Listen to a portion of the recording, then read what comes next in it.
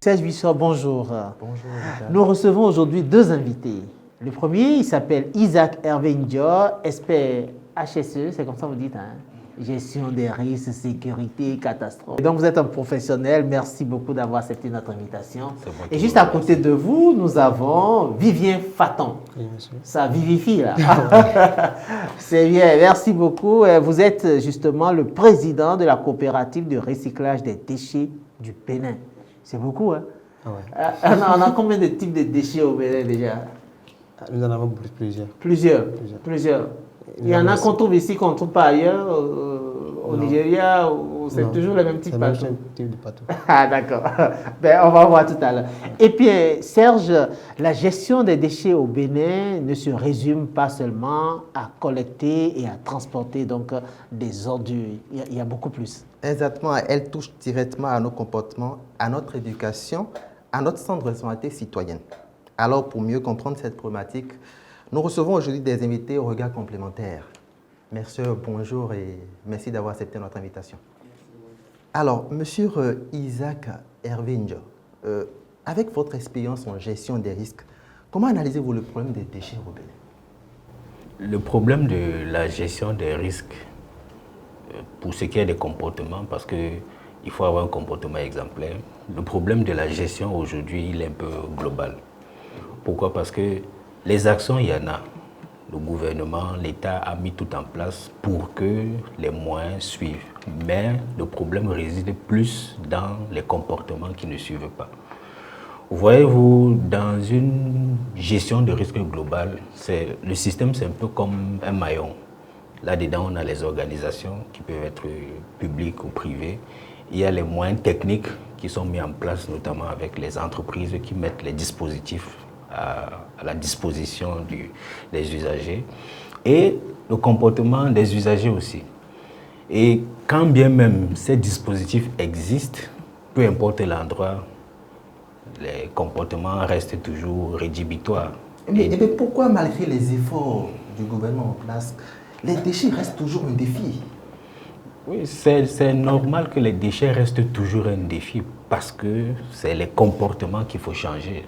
Tant que le comportement ne change pas, ça va rester pareil. Comme je le disais tantôt, bien que les dispositifs soient présents, les gens préfèrent des solutions faciles et simples. Faites un tour dans la cité capitale et même ailleurs, vous allez vous rendre compte que les gens préfèrent la solution facile que la solution contraignante. Si je suis de ce côté, le bac est là-bas, traverser la route c'est difficile, j'ai ma peau de banane là, je préfère la jeter ici, c'est plus facile pour moi au lieu d'aller là-bas. Donc c'est un problème de responsabilité individuelle aussi. Bon, mais est-ce que déjà on a des bacs partout dans la ville pour permettre aux gens de jeter les déchets là où ils sont? Il n'y a peut-être pas encore des bacs partout, mais ce qui est là, c'est déjà un nombre important. Et on doit pouvoir avoir le réflexe qu'au lieu de jeter au sol, je me déplace avec mon déchet pour le déposer dans le bac. Juste une parenthèse, où un peu d'histoire pour. J'ai un collègue qui allait dans un et j'étais la fin. Il a fini de manger ce qu'il avait dans le taxi. Au moment de jeter, il a jeté à travers la vitre. Le chauffeur de taxi s'est arrêté. Il est descendu, il avait ramassé ce qu'il a acheté. Il est revenu avec qu'elle a trouvé la prochaine poubelle, il a acheté à l'air. Quand nos collègues, il nous a dit qu'il a une grande leçon. Faire comprendre que le comportement, ce n'est pas la contrainte, mais c'est question de responsabilité individuelle. Donc, tu gardes ton déchet, lorsque tu arrives au niveau du bac, tu le manges, tout simplement. Donc, selon vous, la base, c'est le comportement que chaque citoyen doit pouvoir changer à son niveau. Tout à fait, tout à fait. Tant qu'on ne change pas notre façon de faire, il y a toujours des familles où il y a des endroits où on enterre encore les déchets. Sur le plan environnemental. Vous en connaissez? C'est pas qu'au Bénin, il y a dans plusieurs pays, même en Afrique, on enterre encore les déchets. Si vous allez très loin dans des contrées un peu reculées, on enterre encore les déchets, on fait un trou, on jette les déchets, on ferme. Après, ça touche la nappe phréatique. Après, plus tard, il y a des conséquences sur le plan sanitaire, des conséquences sur le plan environnemental. Vous n'avez qu'à voir, même pendant la saison des pluies ici, les caniveaux qui débordent et autres, parce que les déchets ne se retrouvent pas là où il faut. Parfois, on jette dans caniveau qui est là. Et quand il pleut, ça se bouche. Il pourra mieux vous expliquer ce Oui, justement, vous qui collectez tout le temps, qu'est-ce que vous trouvez dans les caniveaux? Des têtes de moutons? Non, souvent dans les caniveaux, ce sont souvent des pneus. On trouve des pneus, on trouve des sachets, on trouve des plastiques. Ce sont vraiment ces déchets-là qu'on trouve généralement dans les caniveaux. Bon, il y a plein de choses, mais ce sont des déchets qu'on trouve vraiment à l'œil. Ok. J'aimerais que vous nous présentiez un peu votre coopérative parce que vous êtes au cœur du maillon. Merci beaucoup. La coopérative, c'est une organisation structurée qui œuvre pour la valorisation des déchets. Et à travers ces actions, nous collectons, nous trions et nous valorisons les déchets pour créer de l'emploi et protéger l'environnement. Comment vous valorisez les déchets? Déjà, nous avons dans la coopérative plusieurs experts spécialistes des déchets. Par exemple, moi, je suis dans le recyclage des pneus. Et que si les déchets, les pneus viennent à notre niveau, moi je m'en occupe de comment faire pour quand même les valoriser, comment les trier, puis créer d'autres objets qui vont permettre aux autres, au lieu de les jeter dans... Oui, je veux du concret, d'accord. Vous prenez les pneus, vous valorisez. C'est quoi la plus-value? Ça donne quoi? Des briques? Ça donne quoi? Des pavés? Qu'est-ce que vous faites avec les pneus? Bon, pour le moment, nous faisons des tables, un peu comme ce que nous avons ici. C'est des tables qu'on peut fabriquer avec des pneus. Des guéridons, des jeux des enfants, des trampolines, des pots de fleurs et plein d'autres choses qu'on peut fabriquer avec les pneus.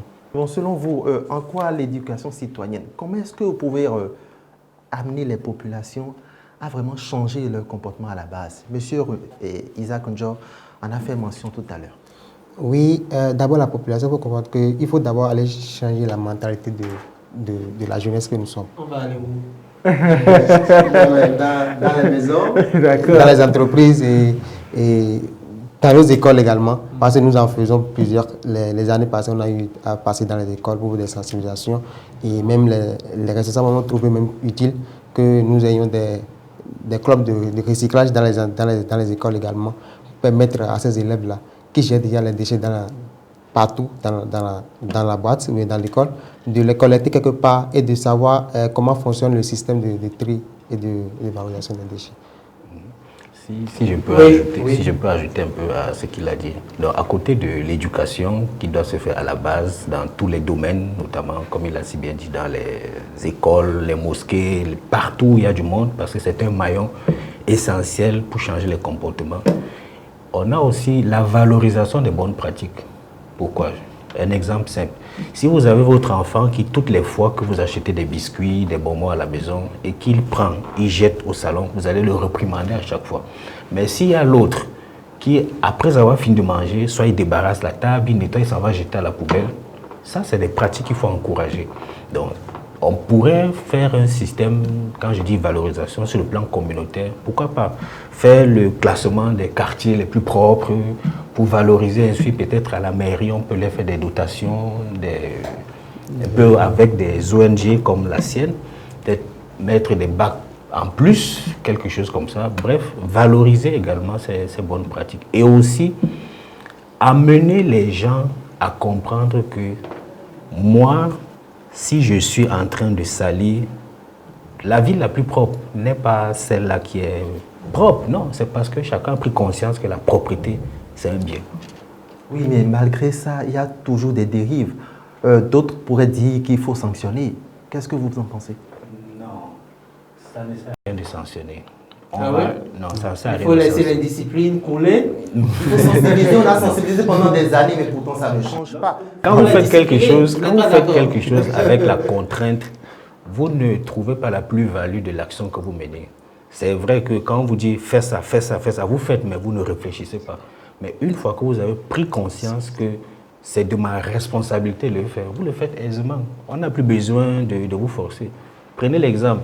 Nos frères qui s'en vont en Europe, ailleurs, là, on n'a pas besoin de tout forcer. Quand tu descends de l'aéroport, tu vois que c'est propre.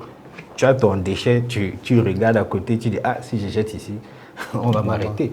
Donc, c'est question de responsabilité et de prise en compte de conscience en quelque sorte. Donc, on peut attendre 50 ans. Si la responsabilité n'arrive pas, c'est tant mieux, nos villes seront sales. Ça arrivera, vous croyez? Vous êtes un homme de foi. Oui, oui. Dieu descendra. J'ai la foi. Non, pas que Dieu descendra. J'ai la foi qu'avec tous les efforts qui sont consentis de part et d'autre, que ça va aller. Ça va aller. Très bien, d'accord. Et vous? Quels sont les mécanismes qu'il faut vraiment mettre en place pour éduquer à la base? C'est ça. Comment décider les gens à être responsables, autoresponsables? Je pense qu'il faut d'abord aller à la base, dans les ménages et surtout dans les écoles. Parce qu'aujourd'hui, on sait que quelques années plus tard, ce sont les élèves qui sont dans les écoles qui vont devenir maintenant des grandes personnes dans la ville. Et si déjà on commence par sensibiliser ces élèves déjà à l'école pour leur dire, ah, on a tel programme peut-être le mercredi soir, c'est consacré pour la sensibilisation liée à l'environnement. Et quand on le faisait chaque fois, les enfants seront habitués. Et quand ils sont habitués, ils sont obligés maintenant d'éduquer également leurs collègues qui sont à la maison, qui ne font rien. Dans les ménages également, si déjà les samedis, par exemple, l'émission que nous sommes en train de faire actuellement, ça va permettre aux gens, quand ils écoutent ça plusieurs fois, à chaque fois, ils sont obligés de chercher à comprendre pourquoi est-ce que c'est important de recycler les déchets ou bien de valoriser. Mais vous n'avez pas dit quelles sont les conséquences vraiment lorsqu'on jette des choses dans l'environnement. Qu'est-ce que ça fait pour notre vivre ensemble? Quelles sont les conséquences sur nous-mêmes, notre santé, sur la planète, etc. Est-ce que vous pouvez relever un peu les risques que nous courons avec... Personne n'aime vivre là où c'est sale. Il y a les risques sanitaires, les risques environnementaux. Pour les risques sanitaires, on a parlé, lorsque les caniveaux débordent, il y a des inondations un peu partout. Ce n'est pas joli à voir. Et avec des maladies que cela peut causer. Maintenant, sur le plan environnemental, il y en a plusieurs. Mais ce qu'on relève généralement, c'est la pollution. Vous arrivez dans des endroits où vous trouvez, on a brûlé des pneus, on a brûlé des plastiques, il y a la fumée qui passe partout. Ce sont des gaz qui peuvent nous causer à terme peut-être du cancer et beaucoup d'autres maladies qu'on ne peut pas encore énumérer ici. Mais c'est vraiment un problème de santé, un problème environnemental. Mais il y a toujours des gens qui continuent de verser les ordures. Nous sommes au 21e siècle, qui continuent de verser toujours les ordures dans les caniveaux. Ce n'est pas normal, mais comme on l'a dit au départ, ce n'est pas une histoire d'un problème qu'on va gérer aujourd'hui et demain on va... Non, c'est la répétition des petits gestes quotidiens qui fera en sorte que ce sera visible. Généralement dans les caniveaux, c'est les poneys qu'on s'y trouve parce que quand le caniveau est vraiment gardé quelque part, on cherche les poneys pour quand même arranger ça. Mais ce n'est pas là la solution.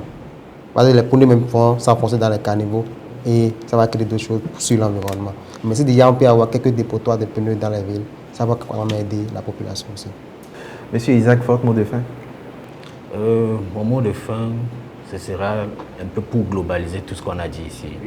C'est-à-dire, la propreté dépend des petits gestes que nous faisons chaque jour.